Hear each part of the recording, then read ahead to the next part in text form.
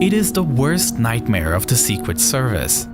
An attack on the President of the United States while he's traveling. Hidden beneath this manhole cover is a bomb that went undetected, and it can be triggered remotely.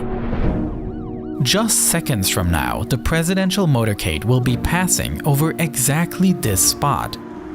But this is not the only danger. A few blocks away, there is a second threat. Located in a dimly lit room, a sniper is overlooking the intersection, where the president will soon be.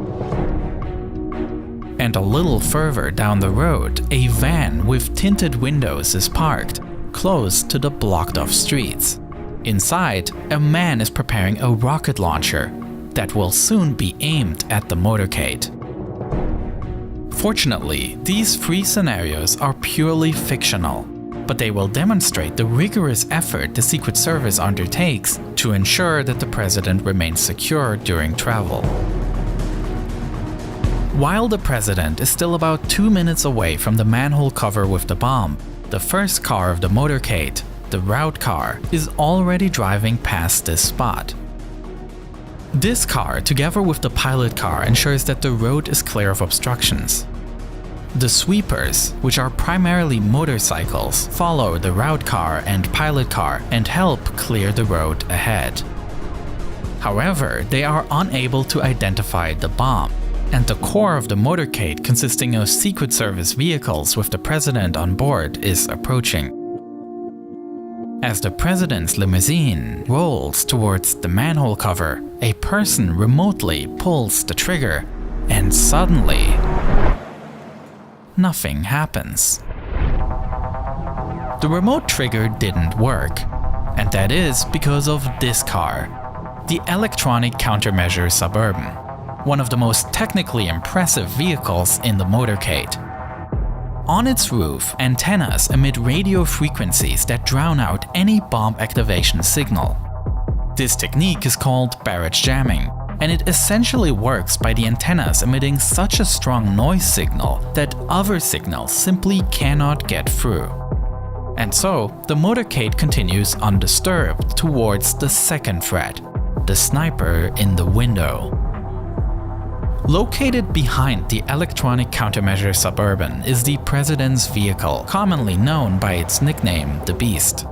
However, you can never be sure in which car the president is, as there are two identical presidential limousines on the road. Following behind are two cars carrying the president's most important security personnel, ready to take action in the event of an attack. This is the so-called halfback in which the president's personal Secret Service agents are located. No matter what happens, these agents will stay with the president. The other car carries the counter-assault team. These heavily armed agents can remain on site and fight off an attack. This creates a secure buffer between attackers and the president. Behind these cars are the control car and the support car. These transport additional Secret Service agents, essential presidential staff, as well as the president's personal doctor. But unknown to any of them, they are currently approaching another threat, as the motorcade arrives at the intersection the sniper has scouted out.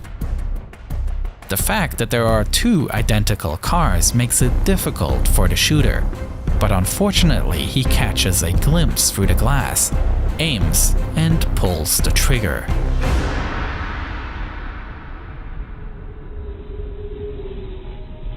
Such a scenario naturally brings back memories of the 1963 assassination of John F. Kennedy, who was shot while driving his motorcade through Dallas. Since that time, the presidential limousine has undergone many changes. Kennedy's car was a specially modified 1961 Lincoln Continental. Unfortunately though, only a few of the adjustments made were related to security improvements. The car was retrofitted with a luxurious heating and air conditioning system, as well as lights, sirens, fire extinguishers, and radio telephones for communication.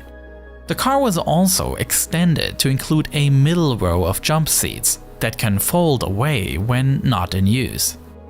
In addition, the roof was made to be completely removable, and the cushion on the rear bank where the president sits was raised. Both these modifications were designed to make the president more visible to the public. Unfortunately, it also made him more vulnerable. After Kennedy's assassination, the car was massively rebuilt. A top of bulletproof glass was installed, and the body of the car was now protected with titanium armor. Perhaps somewhat symbolic, the light convertible appearance, representative of a hopeful time, was built up into a tank, set to protect his more divisive successor. Luckily, today's limousine is well prepared for such an attack, and the shot has absolutely no chance of success. The current Beast has been in service since September 2018 and is a completely custom-built vehicle by General Motors. Although visually reminiscent of a sedan, the car was actually built based on a truck platform. This was necessary to support the over 15,000-pound heavy armored vehicle. The interior is hermetically sealed against any form of chemical attack. The tires are able to continue driving even when shot, and the doors are 8 inches thick and equipped with handles that, with the switch of a button, can be electrified in order to prohibit entry to outsiders. Always inside the car, there is a storage of blood of the same blood type as the president. It is a luxury tank designed to withstand any possible threat. But the biggest challenge in our scenario is yet to come, as just 2 blocks away, the van with the rocket launcher prepares to test the car's endurance. Behind the solid core of vehicles directly protecting the president are a few larger vans. These carry the press pool of reporters that travel with the president. This car behind is the ID car. It functions as the motorcade's communications hub, relaying information between the different vehicles and identifying problems early on. Behind that is the Hazardous Materials Mitigation Unit, a vehicle equipped to respond to biological, chemical, and even nuclear attacks. It carries the necessary equipment and personnel to treat the effects of such an attack effectively. This is the so-called Roadrunner, recognizable by the antenna above the roof. This car is the mobile communication hub of the motorcade, ensuring that the president is fully operational at all times. The car provides satellite and internet communications, and it feeds a direct encrypted link to the Pentagon, allowing the president to hold secure phone and video conversations, even when en route. At the back of the motorcade, a local ambulance will follow, just in case anything happens. And signifying the end of the motorcade are the so-called rear guards, local police cars that make sure that no other cars drive into the motorcade from the back.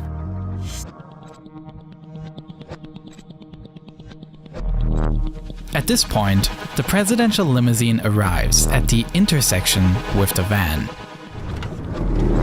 Quickly, a man jumps out and aims the rocket launcher directly at the limousine.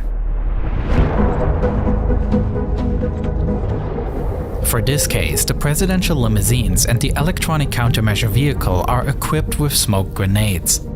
As soon as they are triggered, the cars disappear in the smoke, preventing a clear line of sight. This so-called infrared smoke screen is composed in such a way that it conceals the heat signature of objects.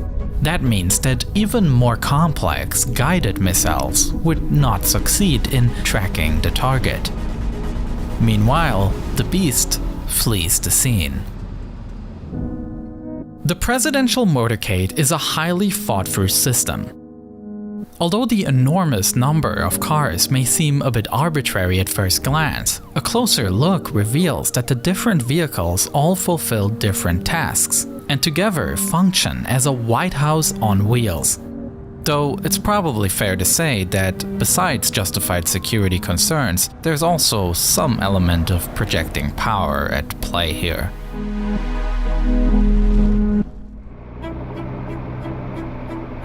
Today, the motorcade managed to successfully avert 3 different dangers. But the motorcade is only one part of a huge security apparatus, with another element being Air Force One, the call sign for a heavily modified Boeing 747, on which the president traveled. For my next video, I took a look at this special perspective on September 11. And you can watch that video already right now on Nebula, where I upload all my videos first. And not only that, Nebula is also where you can see exclusive videos that I made just for Nebula subscribers, such as the one I produced about the Bin Laden raid, detailing how this military operation unfolded. Because Nebula is a subscription service, I can work with higher budgets for these videos, creating way more ambitious projects, and this support has enabled me to increase my production quality for my YouTube videos as well, allowing me to do things I could have only dreamed of 2 years ago. Besides me, you can find incredible shows exclusive to Nebula from many other educational creators, as we are all building this streaming site together, with everything included in one subscription. And if you have a friend or a family member who is interested in smart, highly produced documentaries and shows, then this December we are offering a very special gift card with which you can gift someone Nebula access for a lifetime.